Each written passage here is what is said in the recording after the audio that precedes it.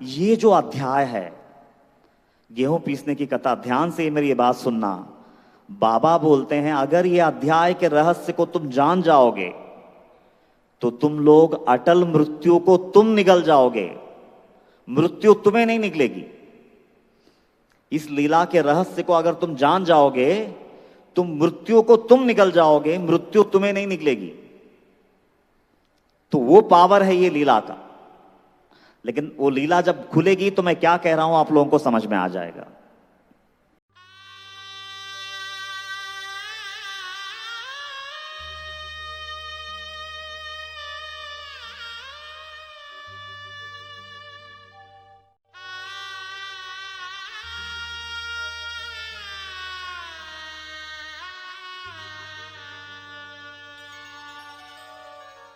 अभी हम लोग पहला अध्याय का पहला लीला रहस्य है उसको हम उद्घाटित करने का कोशिश करेंगे। गेहूं पीसने की कथा, पहला अध्याय, साईं सच्चरित्र पहला अध्याय। अभी देखिए, गेहूं पीसने की कथा हम सब जानते हैं। पहले अध्याय के माध्यम से बाबा ने जो लीला की है वो तो जग जाहिर है कि एग्जैक्टली बाबा को क्या बोलना था वो लीला के माध्यम से। वो लीला का आध्यात्मिक अर्थ क्या है, आज हम उसको जानने की कोशिश करेंगे। अभी गेहूं पीसने की कथा हम सब जानते हैं, कथा बताने की जरूरत नहीं है ना। सब लोगों को पहला अध्याय का गेहूं पीसने की कथा मालूम है। जिसको मालूम है सब प्लीज हाथ उठाइए। अच्छा, सबको पता है, फिर मैं सीधा कथा की गहराई में जा सकता हूं। देखिए, अध्याय पहला ओवी नंबर 138 में काय असावा हा अनुबंध, गवा रोगाचा काय संबंध, पाहुनी अतर्क कारण निर्बंध, वाटले प्रबंध लिहावा, ये ओवी आती है। तो बोल रहे हैं काय असावा हा अनुबंध, गवा रोगाचा काय संबंध।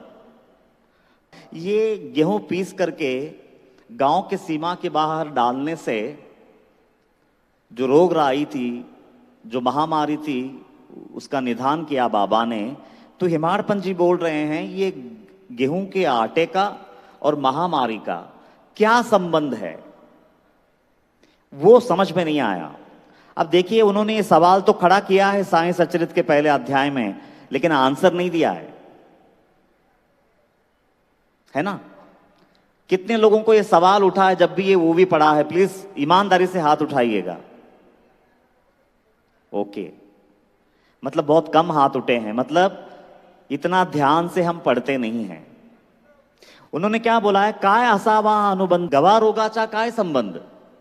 ये गेहूं और रोग का क्या संबंध है? गेहूं पीस के गांव के सीमा के बाहर डालने से महामारी वो गांव में प्रवेश नहीं करती हैं, तो फिर ये आटे का और ये महामारी का क्या संबंध है? देखिए, उन्होंने एक क्वेश्चन तो निर्माण किया, हम लोगों को ना मतलब प्यासा छोड़ दिया मैं ऐसा कहूंगा। ये सवाल उठा करके उन्होंने हमको प्यासा छोड़ दिया। तो ये लीला के माध्यम से एग्जैक्टली गवा रोगाचा काय संबंध असावा, गेहूं के आटे का और महामारी का क्या संबंध हो सकता है? बाबा जैसे समर्थ सदगुरुओं के बारे में एक कहावत है, करतुम अकर्तुम अन्यथा करतुम समर्थ।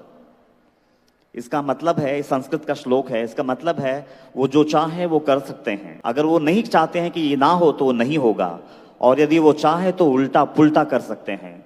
अन्यथा करतुम, ऐसा सामर्थ्य जिसमें होता है उनको हम सदगुरु कहते हैं।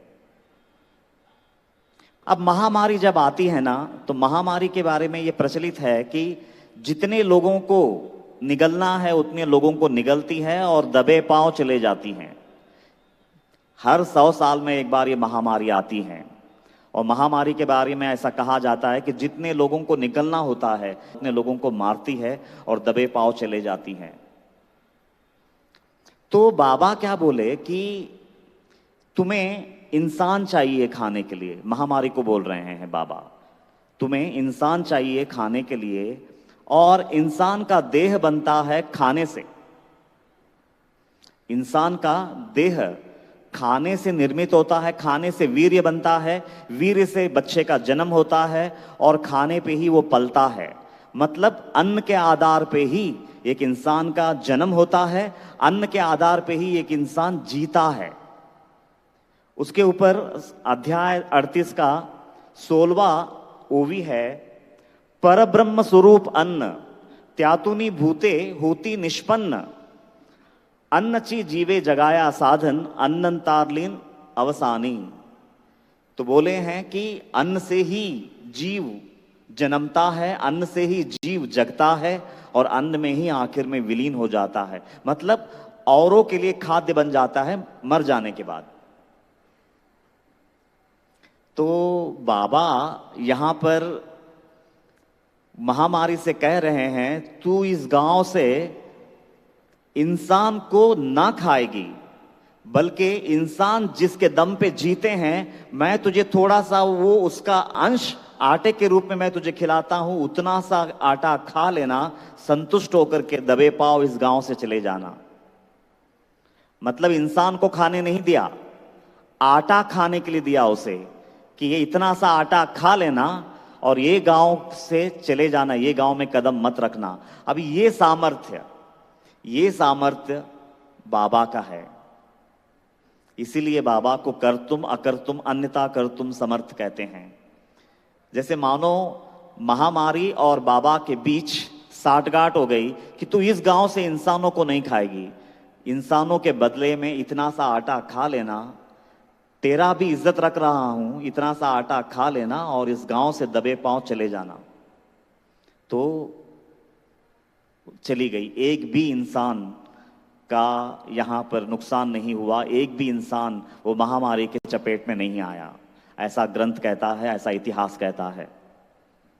अभी मैं आप लोगों से एक बात पूछता हूं कि अभी जो महामारी आके गई कोरोना में, कितने लोगों को यह विश्वास है कि बाबा ने हम लोगों को बचाया है? प्लीज हाथ उठाना। देखिए, हर इंसान का हृदय ये कहता है कि हम सब आज अगर आज जिंदा है तो बाबा ने हमको बचाया है, क्योंकि हमारे आंख के सामने कितनी जिंदगियां उजड़ गई, कितने परिवार उजड़ गए। आज अगर हम जिंदा है तो हमको बाबा ने बचाया है। अच्छा, अब मैं आपसे और एक सवाल पूछता हूं, ऐसा कितनों को विश्वास है कि जब तक ये ब्रह्मांड रहेगा तब तक बाबा मुझे जिंदा रखेंगे? ध्यान से सवाल सुनना, सवाल ध्यान से सुनना प्लीज सवाल ध्यान से सुनना। जल्दी से हाथ उठा रहे हैं। कितने लोगों को यह विश्वास है कि जब तक ये ब्रह्मांड रहेगा तब तक बाबा मुझे जिंदा रखेंगे? कितने लोगों को विश्वास है? अब हाथ उठाइए। एक भी हाथ नहीं उठ रहा है, एक भी हाथ नहीं उठ रहा है। मतलब हम सबको ये मालूम है कि एक दिन मृत्यु अटल है, एक दिन मृत्यु हमको निगलने ही वाली है। पीर मरे पैगंबर मरे तो इंसान कहां से बचेगा? बड़े बड़े पीर अगर उनका देहांत हो जाता है, उनको समाधि लेनी पड़ती है, पैगंबरों को समाधि लेनी पड़ती है, साधु संतों को समाधि लेनी पड़ती है, तो हम तो बहुत साधारण सा मानव है। लेकिन है ना, ये जो अध्याय है गेहूं पीसने की कथा, ध्यान से मेरी ये बात सुनना। बाबा बोलते हैं अगर ये अध्याय के रहस्य को तुम जान जाओगे तो तुम लोग अटल मृत्यु को तुम निगल जाओगे, मृत्यु तुम्हें नहीं निकलेगी।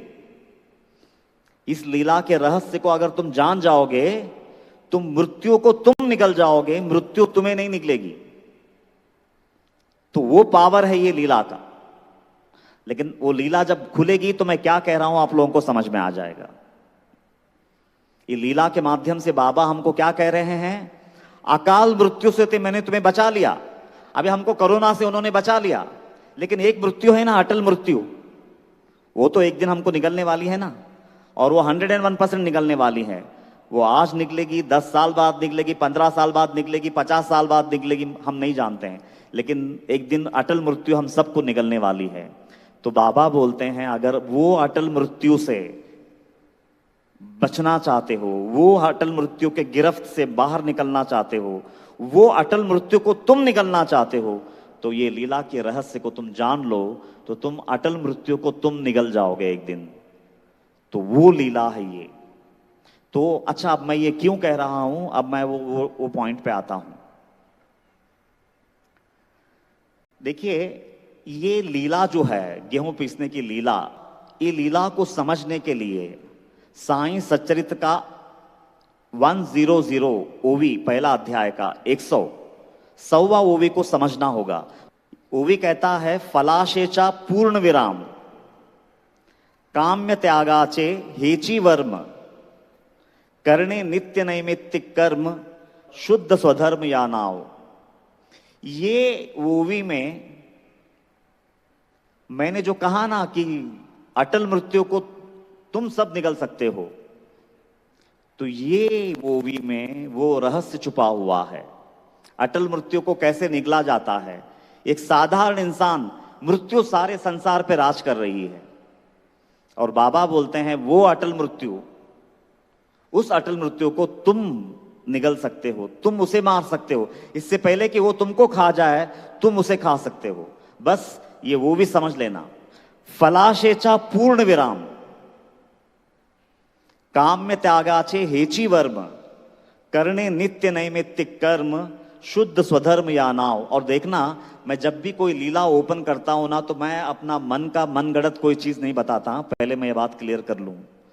मैं अगर एक लीला का रहस्य, आज साई लीला रहस्य करके हमने यहां पे टाइटल रखा है, तो अगर लीला का रहस्य ओपन करना है ना, तो मैं साईं सच्चरित्र में ही वो एक ओवी होती है, वो मास्टर की होती है।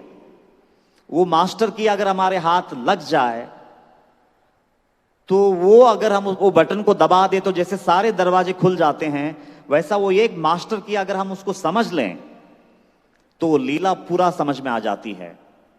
तो ये लीला का मास्टर की है ये 100 ओवी, फलाशेचा पूर्ण विराम। ये जो ओवी है, ये सेम इसी ओवी का मतलब भगवान कृष्ण भगवत गीता में कहते हैं, कर्मण्येवाधिकारस्ते मां फलेषु कदाचना, मां कर्म फल हेतुर्भुर माते संगोस्त्व कर्मणि। भगवान कृष्ण भी कह रहे हैं कि हे मानव, कर्म तो दिल से करना, और पवित्र कर्म ही करना, निषिद्ध कर्म मत करना, विहित कर्म ही करना, और वो कर्म पूरे जज्बा से करना। लेकिन याद रखना, उतना जान डालने के बाद भी वो कर्म में, लेकिन वो फल की आशा मत करना। बगैर फल की आशा के स्वधर्म को निभाना। अब ये है ना, बड़ा टफ कार्य है इंसान के लिए कि कर्म तो करें लेकिन फल की आशा ना करें। अब यहां पर ये ओवी में भी वही कह रहा है ना, फलाशेचा पूर्ण विराम, काम में त्यागाचे हेची वर्म। फलाशेचा पूर्ण विराम। तो ये 100 ओवी अगर अच्छे से समझ में आ जाए, तो अटल मृत्यु को इंसान जीत सकता है। उनका सिर्फ इतना ही कहना है कि हे इंसान, तू जीवन में बेहतरीन से बेहतरीन कर्म करना, वो कर्म करना जिस कर्म को शास्त्र ने विहित कर्म कहा है, अच्छे कर्म कहा है, पवित्र कर्म कहा है, विहित कर्म कहा है। और वो कर्म करते हुए भी फल की अपेक्षा मत करना। फल की अपेक्षा मैं नहीं करने के लिए कह रहा हूं, इसलिए कहीं कर्म के प्रति अनासक्त ना हो जाना, पूरे जज्बे से, पूरी जोश के साथ, पूरे 100% अपने कर्म को निभाना और अपना स्वधर्म को निभाना। अब ये वर्ड जो स्वधर्म आया है ना, शुद्ध स्वधर्म या नाव, ये बड़ा इंपॉर्टेंट वर्ड है। शुद्ध स्वधर्म किसको कहते हैं? समझो एक डॉक्टर है, डॉक्टर का शुद्ध स्वधर्म क्या है? पैसा कमाना नहीं है। वक्त पड़े तो रात और दिन एक कर दूं, लेकिन मेरे हाथ आने वाले एक भी रोगी बिना ठीक हुए नहीं जाना चाहिए मालिक। ये जज्बे से जो रात और दिन मेहनत से काम करता है, दृष्टि पैसे पे नहीं रखता, बल्कि जो भी मेरे हाथ लगा है रोगी, वो पूरी तरह से ठीक होके जाएगा, ये जज्बे से जो काम कर रहा है, उसके लिए वो शुद्ध स्वधर्म है। वैसे ही एक वकील है, एक वकील के पास समझो कुछ केसेस आते हैं, मालिक मैं मरते मर जाऊं, लेकिन जो निर्दोष है, जो निर्दोष है वो इंसान को सजा नहीं मिलनी चाहिए, वो हर कीमत पे बच जाना चाहिए। मरते मर जाऊं लेकिन मेरे हाथों किसी निरपराध को सजा हो, ऐसा गुनाह मेरे हाथों नहीं होना चाहिए। तो ये एक वकील के लिए शुद्ध स्वधर्म है। एक टीचर का शुद्ध स्वधर्म ये है कि मैं जब कोई पाठ पढ़ाऊं तो उसको इतना क्लैरिटी के साथ पढ़ाऊं कि वो पाठ उसके दिलो दिमाग में हमेशा के लिए छप जाए, और उनको कभी कोई गलत रास्ता ना दिखाऊं मैं एज ए टीचर। वैसा ही एक गृहिणी है। गृहिणी का शुद्ध स्वधर्म क्या है कि मैं जब घर संभालूं तो इस तरह से संभालूं कि मेरे बाबा का घर है। खाना बनाओ तो ऐसे बनाओ, भले ही वो सिर्फ दाल और चावल होगा, लेकिन वो दाल और चावल में इतना जायका भर दूं मैं, इतना उसको स्वादिष्ट बना दूं कि घर में अगर कोई अतिथि आके खा ले तो अमृत का एहसास हो उसको, वो खाना इतना बेहतर हो। मैं अगर घर को क्लीन करूं तो इतना क्लीन करूं, इतना चमका दूं कि वो कर्म को मेरे बाबा देख रहे हैं। मैं लैट्रिन अगर चमकाऊं तो इतना क्लीन कर दूं कि उसमें मेरा चेहरा नजर आ जाए। तो ये गृहिणी के लिए शुद्ध स्वधर्म है। शुद्ध स्वधर्म। वैसा ही एक स्टूडेंट है। एक स्टूडेंट के लिए शुद्ध स्वधर्म क्या है कि मैं रात और दिन एक करूंगा, मैं अपना अभ्यास पूर्ण करूंगा। मालिक जितना तुझे परसेंटेज देना है, जितने तुझे मार्क्स देने हैं तेरी मर्जी, साल भर का मेहनत मेरा है, और वो 3 घंटा जो एग्जाम में देने वाला हूं वो तो आपका है, उसमें मेरा बस नहीं चलने वाला। क्योंकि भगवत गीता में कृष्ण कहते हैं प्राणियों में स्मृति मैं हूं। स्मृति यानी याददाश्त की शक्ति मैं हूं। तो समझो एक स्टूडेंट साल भर मेहनत करता है, लेकिन वो 3 घंटों में जो भी उसने अभ्यास किया है साल भर, वो अगर मालिक वो मेमोरी को एरेज कर दे तो क्या काम आएगा? उसका पूरा पड़ा हुआ व्यर्थ हो जाएगा। इसलिए भगवत गीता में कृष्ण कह रहे हैं प्राणियों में स्मृति मैं हूं। तो वो 3 घंटा अपना है ही नहीं, जो एग्जाम का है वो तो मालिक का है। हाँ, लेकिन साल भर पूरी ईमानदारी से मैं मेहनत करूं, ये स्टूडेंट का स्वधर्म है। बाकी वो 3 घंटा मालिक जितना मेरी स्मृति में आप रखेंगे, जितनी मेरी याददाश्त में रहेगा उतना मैं लिख के आ जाऊंगा या आ जाऊंगी। ये एक स्टूडेंट का स्वधर्म है। तो बाबा बोलते हैं जब तुम सोसाइटी में, समाज में इस तरह से बगैर किसी स्वार्थ के जब कर्म करते हो ना, तो तुम इस संसार को एक फुलवारी की तरह महकाने पे मजबूर कर देते हो। एक फुलवारी की तरह इसको महकाते हो। तो मेरा ये संसार का अलंकार कर देते हो तुम, ये संसार को चमका देते हो तुम। क्यों? क्योंकि तुम्हारा इसमें स्वार्थ कुछ भी नहीं है। तो तू मेरा ये ब्रह्मांड को तू निस्वार्थ रूप से चमका दे और मैं तेरा अंतरंग को चमका दूंगा। ये उनकी प्रतिज्ञा है। निष्काम कर्म किसको कहते हैं? तो उसका एग्जाम्पल है ये लीला। वो मैं आगे और वो लीला पे आता हूं। तो शुद्ध स्वधर्म हर इंसान का अपना अपना। इसलिए भगवत गीता कहती है स्वधर्मम निधनम श्रेया परधर्मो भयावह। मतलब हर किसी का स्वधर्म जो है ना, वही उसके लिए सब कुछ है। अभी एक एग्जांपल देता हूं मैं। आज ये सत्संग चल रहा है। नो डाउट सत्संग का इंपॉर्टेंस इतना है कि अगर आप जीवन भर की पूंजी किसी सच्चे इंसान के सामने लुटा दो और 15 मिनट आपको सत्संग सुनने को मिले तो भी सौदा सस्ता है। बस वो इंसान सच्चा होना चाहिए। कबीर जी कहते हैं एक घड़ी आधी घड़ी आधू हूं सो आद। ध्यान से सुनना कबीर जी क्या कहते हैं। बोलते हैं एक घड़ी का सत्संग मिल जाए। एक घड़ी किसको बोलते हैं? 24 मिनट को। एक घड़ी आधी घड़ी, बोले नहीं नहीं, एक घड़ी की जरूरत नहीं, आधी घड़ी यानी 12 मिनट। फिर वो आगे जाके बोलते हैं आधो हो सो आध, आधे में भी आधा मतलब 6 मिनट। तो बोलते हैं कबीरा संगत साधु की कटे कोटि अपराध, मतलब 6 मिनट का संगत भी किसी सच्चे संत का अगर मिल जाए ना, तो करोड़ों अपराध भी अगर आपके सिर पे हैं तो वो कट जाते हैं, ऐसा बोला गया है। इतनी महानता का बखान किया है। तो शुद्ध स्वधर्म, मैं फिर से आता हूं उस पे, अगर हर इंसान अपना अपना स्वधर्म को ईमानदारी से निभा ले तो ये ब्रह्मांड जो है, भगवान कहता है कि इसकी रचना मैंने की है और तू इसको रक्षा देने वाला बन जाएगा, तू इसको महकाने वाला बन जाएगा, तू अध्यात्म का अधिकारी तो बन ही जाएगा, लेकिन तू मेरे इस संसार को भी चमकाने वाला बनेगा। मतलब ये लोग भी चमक उठेगा तेरा और परलोक पे तूने अपना अधिकार सिद्ध कर ही लिया है। तो ये है कर्म योग का रहस्य, तो ये है शुद्ध स्वधर्म। और क्या है कि निष्काम कर्म का इतना इंपॉर्टेंस क्यों है?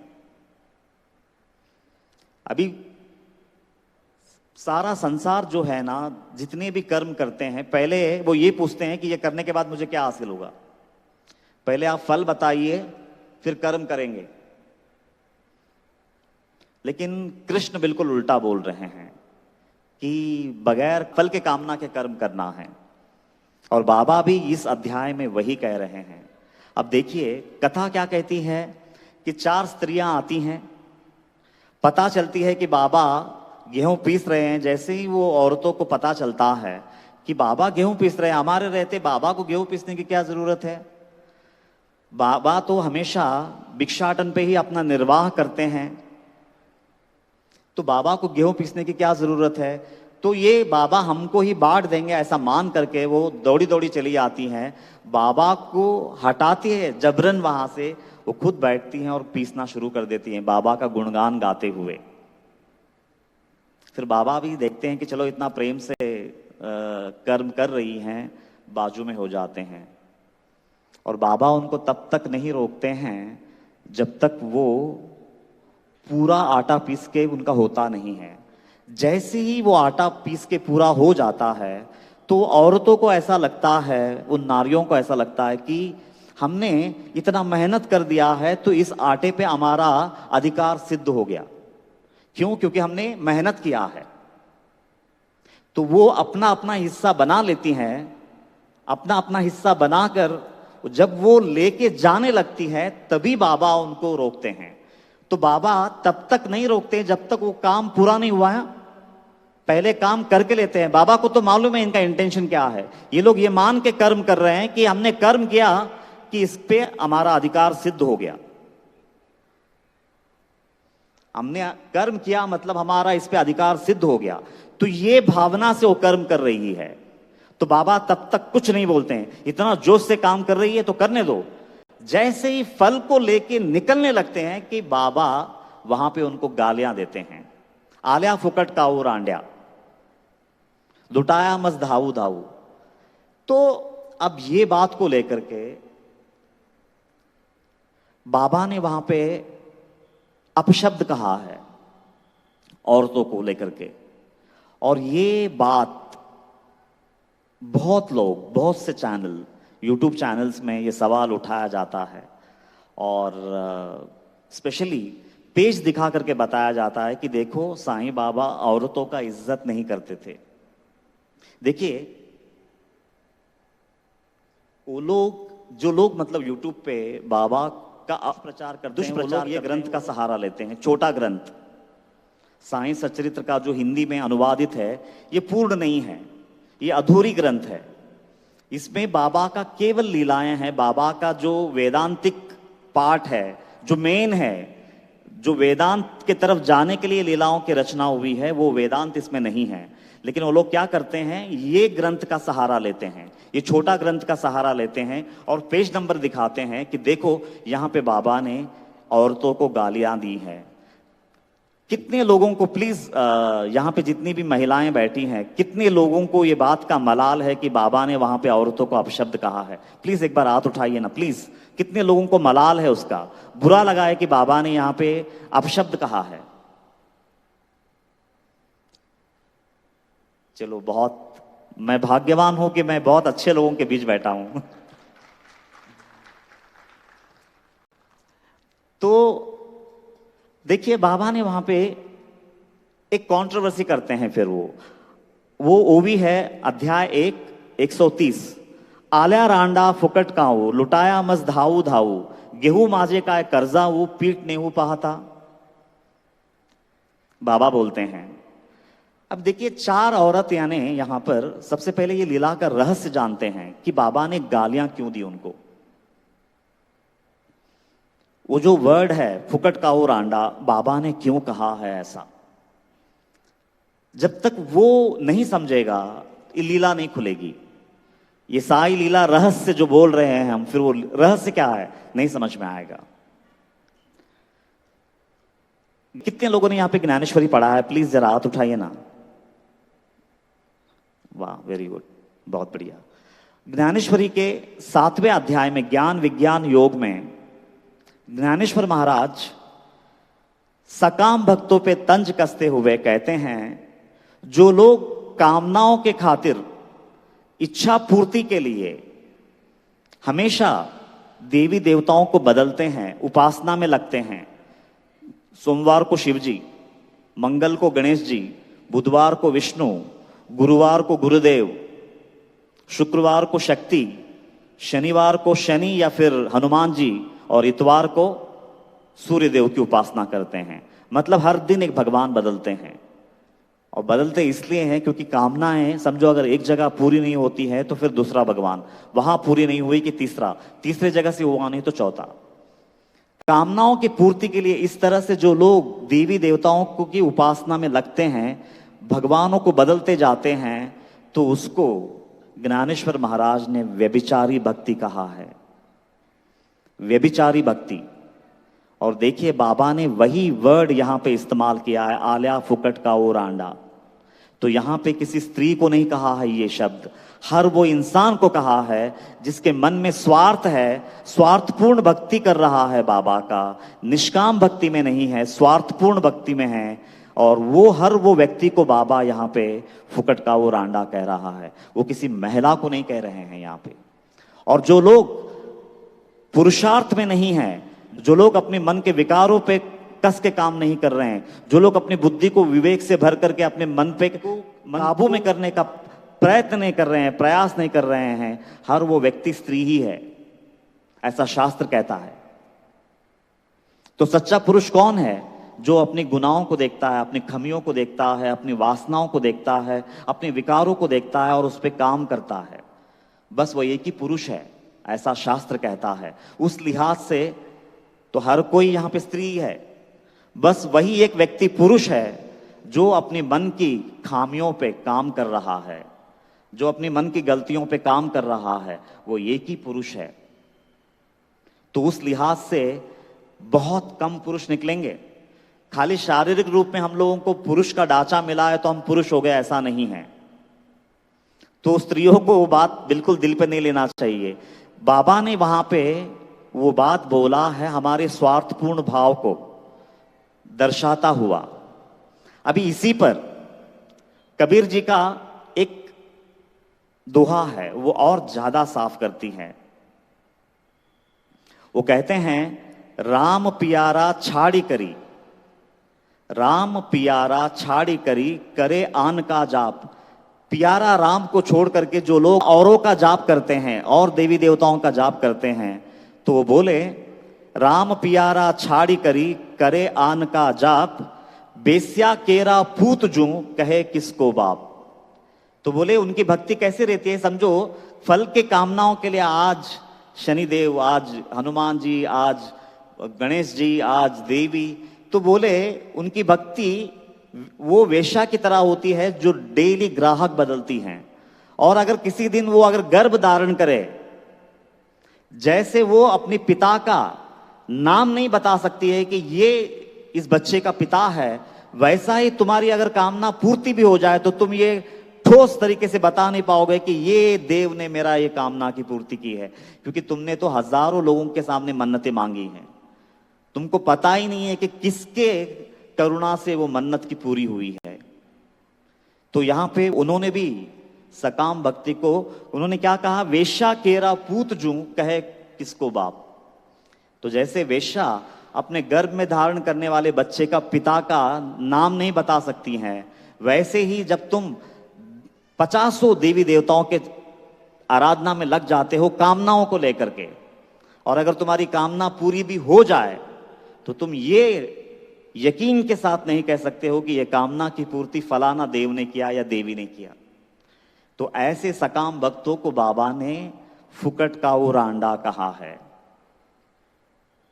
तो जो लोग बाबा पे मतलब सवाल उठाते हैं, जो लोग हमेशा बाबा को और ग्रंथ दिखा करके बताते हैं कि देखो ये गाली देते थे या औरतों का सम्मान नहीं करते थे, तो ये लीला के पीछे का रहस्य ये है। सकाम भक्ति इतनी खतरनाक है। सकाम भक्ति को यहां पर बाबा ने व्यभिचारी भक्ति कहा है। वो औरतों ने क्या किया, जैसे ही कर्म पूरा किया कि आटा बिना मांगे वो लेकर के निकल पड़ी, वो कि हमने मेहनत किया कि इस पे हमारा अधिकार सिद्ध हो गया। बाबा ने क्या किया, काम जब वो कर रहे थे तो करने दिया, पूरा करने दिया, तब तक खामोश रहे। लेकिन जब काम पूरा हो गया, आटा पीस के हो गया, तो वो तो उनका स्वार्थपूर्ण कर्म था, उनकी भावना स्वार्थ से भरी हुई थी।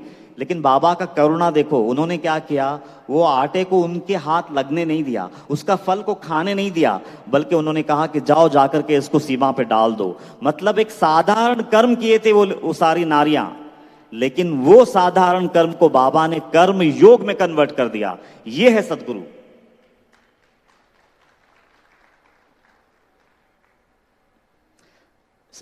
पूरी तरह से स्वार्थ भरा कर्म था उनका, लेकिन बाबा ने उसको उनके निजी स्वार्थ को में उपयोग लाने नहीं दिया, बल्कि उन्होंने कहा कि जाओ जाके इसको सीमा के पार डाल दो। और उस तरह से उन्होंने महामारी का रोकथाम किया। तो अगर सकाम कर्म इतना खतरनाक है और निष्काम कर्म इतना श्रेष्ठ है, तो बाबा ने वो सकाम कर्म को निष्काम कर्मयोग में परिणत कर दिया। और निष्काम कर्मयोग का फल क्या होता है? निष्काम कर्मयोग का सबसे बड़ा फल यह है कि इंसान की चित्त की शुद्धि बहुत तेजी से होती है, और जो चित्त शुद्ध हो चुका है वो भक्ति करने लायक हो जाती है, अनन्य भक्ति में डुबकी लगाती है, और वो अनन्य भक्ति इंसान को ज्ञान और मोक्ष पे ले जाता है, और इस तरह से वो अटल मृत्यु को जीत जाता है। तो ये एक निष्काम कर्म योग इंसान को अनन्य भक्ति तक पहुंचाती है, अनन्य भक्ति ज्ञान तक पहुंचाती है, और ज्ञान इंसान को मोक्ष की तरफ ले जाती है। और मोक्ष यानी वो अमरत्व को पा लेना जहां पे मृत्यु अपना एंट्री तक नहीं ले पाती है। इस तरह से ये लीला एक तरह से देखा गया तो अकाल मृत्यु से अटल मृत्यु को जीतने की एक आध्यात्मिक यात्रा है। अब देखिए, मैं आपको एक एग्जाम्पल देता हूं तो शायद आप लोगों को और बेहतर समझेगा। मृत्यु का डर, यहां पे जितने लोग बैठे हैं हर किसी को मृत्यु का डर सताता होगा, इसमें कोई दो राय नहीं है। लेकिन आप लोगों ने कभी ये महसूस किया कि वो डर क्यों सताता है? कभी सवाल पूछा अपने आप से? ये तो अनुभव है ना कि मृत्यु का डर हर किसी को सताता है, लेकिन आप लोगों ने कभी ये सवाल पूछा अपने आप से कि ये मृत्यु का डर सताता क्यों है? उसका सिर्फ एक ही कारण है कि जीवन में जो अतृप्त कामनाएं जितनी ज्यादा होती है ना, उतना मृत्यु का डर ज्यादा होता है, और कामनाएं जितनी कम कम कम कम कम होने लगती है, उतना ही मृत्यु का डर जो है गिरता गिरता गिरता गिरता जाता है। और जब इंसान पूरी तरह से निष्काम हो जाता है कि मृत्यु हमेशा के लिए वो व्यक्ति के जीवन से तिरोहित हो जाती है, मृत्यु को वो जीत जाता है। ये बात कभी महसूस किया है? तो ये कथा बाबा हमको है ना निष्काम कर्मयोग का इंपॉर्टेंस क्या है बता रहे हैं। एक निष्काम कर्म योग से इंसान अटल मृत्यु को जीत लेता है। तो बाबा का कहना था कि महामारी में मैंने तुमको बचा तो लिया, अकाल मृत्यु से तो मैंने तुम्हें बचा लिया, लेकिन वो जो एक अटल मृत्यु का तलवार तुम्हारे सर पे लटक रही है, वो कभी भी गिर सकती है, तो उसका बचाव कैसे करोगे? तो उसका बचाव अगर करना चाहते हो तो एक ही तरीका है, वो है निष्काम कर्म योग। तो ये गेहूं पीसने की लीला, ऐसा मैं कहूंगा कि अकाल मृत्यु को जीतने के साथ साथ अटल मृत्यु को किस तरह से जीता जाता है, बाबा ने एक सूक्ष्म अध्यात्म यात्रा की गहराई इस अध्याय में छुपा रखा है। यही इस लीला का रहस्य है, ऐसा मुझे लगता है। तो ये एक इंपॉर्टेंट एस्पेक्ट है ये लीला का। कितने लोग ये जो मैंने कहा इससे सहमत है? प्लीज हाथ उठाइएगा, प्लीज। शुक्रिया। अच्छा, कितने लोगों को ये लीला नहीं समझ में आया? प्लीज हाथ उठाइए। शुक्रिया, बहुत बहुत शुक्रिया। अच्छा, अभी मैं ना आखिर में इतना अगर बोल के मैं ये लीला को यहां खत्म करता हूं तो अधूरा हो जाएगा। मैं इसको पूरा करता हूं। देखिए, 35वें अध्याय में बालाजी पाटिल नेवासकर की एक कथा आती है। बिल्कुल ये 4 औरतों के बिल्कुल विपरीत लीला है ये। बालाजी पाटिल नेवासकर ये एक किसान थे। ये अपने साल भर मतलब धूप वर्षा में भीग करके, पसीना बहा करके, खेत खलिहान में मेहनत करके, धू मेहनत करके, अनाज जब पूरा उग जाता है और जब अनाज उनके हाथ लगता है तो बैलगाड़ियों में भर करके शिरडी लाते हैं बाबा के सामने, और वो पूरा अनाज उड़ेल देते हैं बाबा के सामने, और बाबा के सामने झोली फैला के खड़े रहते हैं। दाता, जितना डालना है डाल दीजिए, इसी में गुजर बसर कर लूंगा। बाबा के सामने जैसे भिखारी जैसा दामन फैला के खड़ा रहता है ना, वैसा खड़ा रहता है। और जितना बाबा अपनी मुट्ठी से डाल देते थे उतना गांठ बांध करके अपने गांव चले जाते थे। ये है निष्काम कर्म योगी बालाजी पाटिल नेवासकर। तो बाबा ने वैसी लीलाएं भी रखी हैं।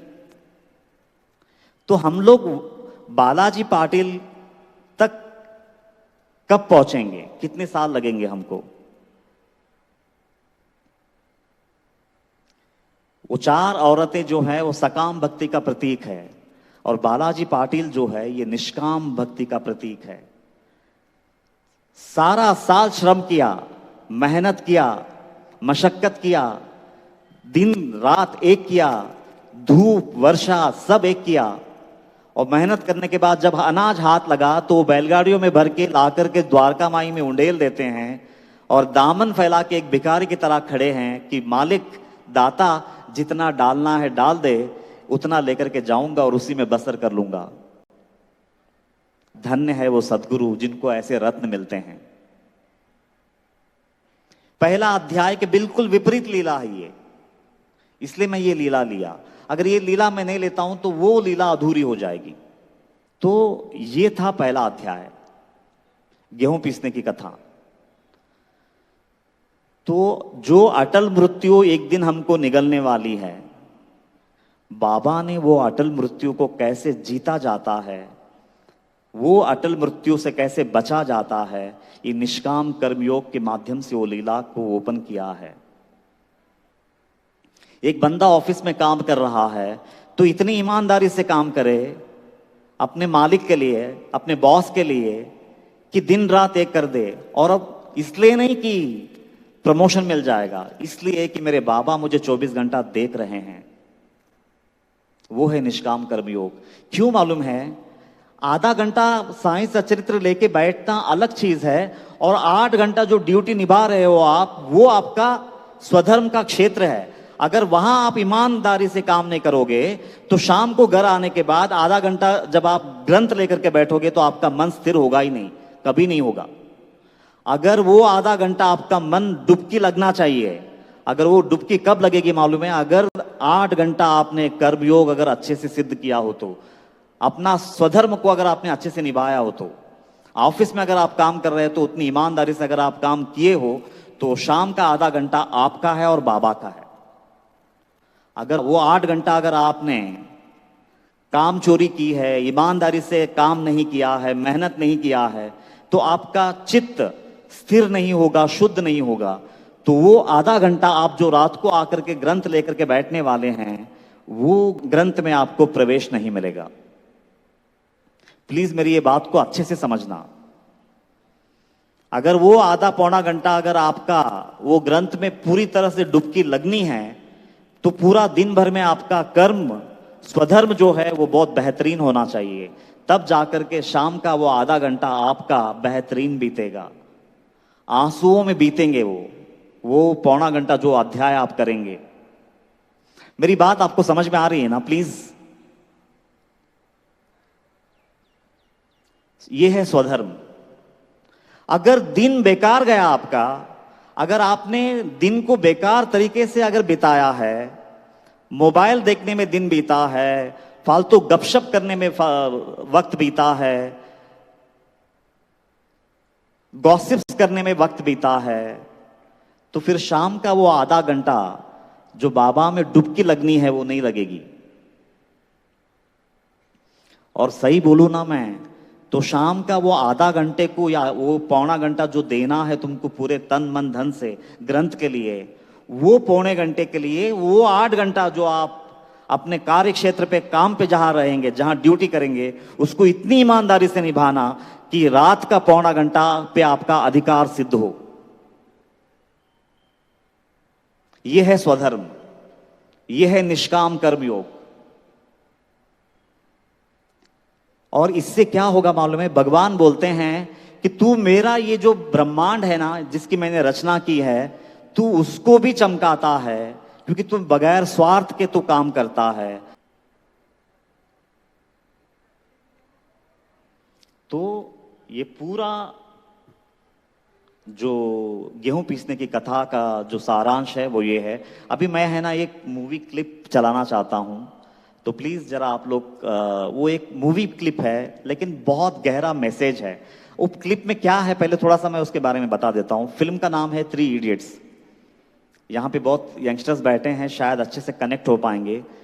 वो फिल्म में वो जो लड़का है वो इंजीनियरिंग स्टूडेंट है, और हमेशा मतलब मेहनत कम करने का, लेकिन पास होने के लिए वो अंगूठियां पहनने का और मनौतियां रखने का, कोई वार आया तो उपवास करने का, ये सारे काम करता है, लेकिन स्वधर्म को निभाता नहीं है।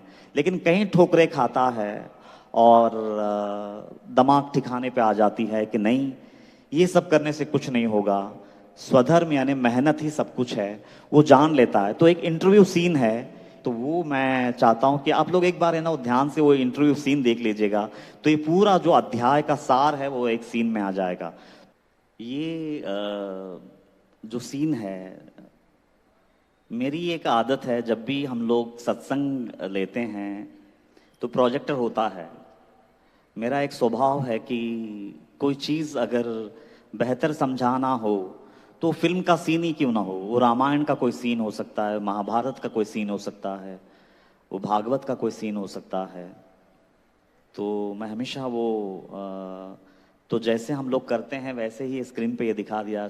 उम्मीद करता हूँ आप लोग इसको सही दिशा में ले रहे होंगे, कुछ गलत तो नहीं किया ना मतलब। तो ये था निष्काम कर्मयोग का। अभी वो सीन भी वही बता रहा है कि बोलते 72 हड्डियां टूटी तब जाकर के अकल आई कि मांगना नहीं चाहिए, आप मुझे नौकरी दे या ना दे, लेकिन अब ये एटीट्यूड बड़ी मुश्किल से आई है, 72 हड्डियां टूटने के बाद आई है, तो आप अपनी नौकरी अपने पास रख लीजिए, मैं अपना एटीट्यूड अपने पास रख लेता हूं, लेकिन अब मैं नहीं बदलूंगा। तो आज है ना यहाँ जितने लोग बैठे हैं, हमको भी अपनी एटीट्यूड नहीं बदलनी है, अपना ईमान नहीं बदलना है, चाहे जो तकलीफ आ जाए, बाबा हमारे साथ है।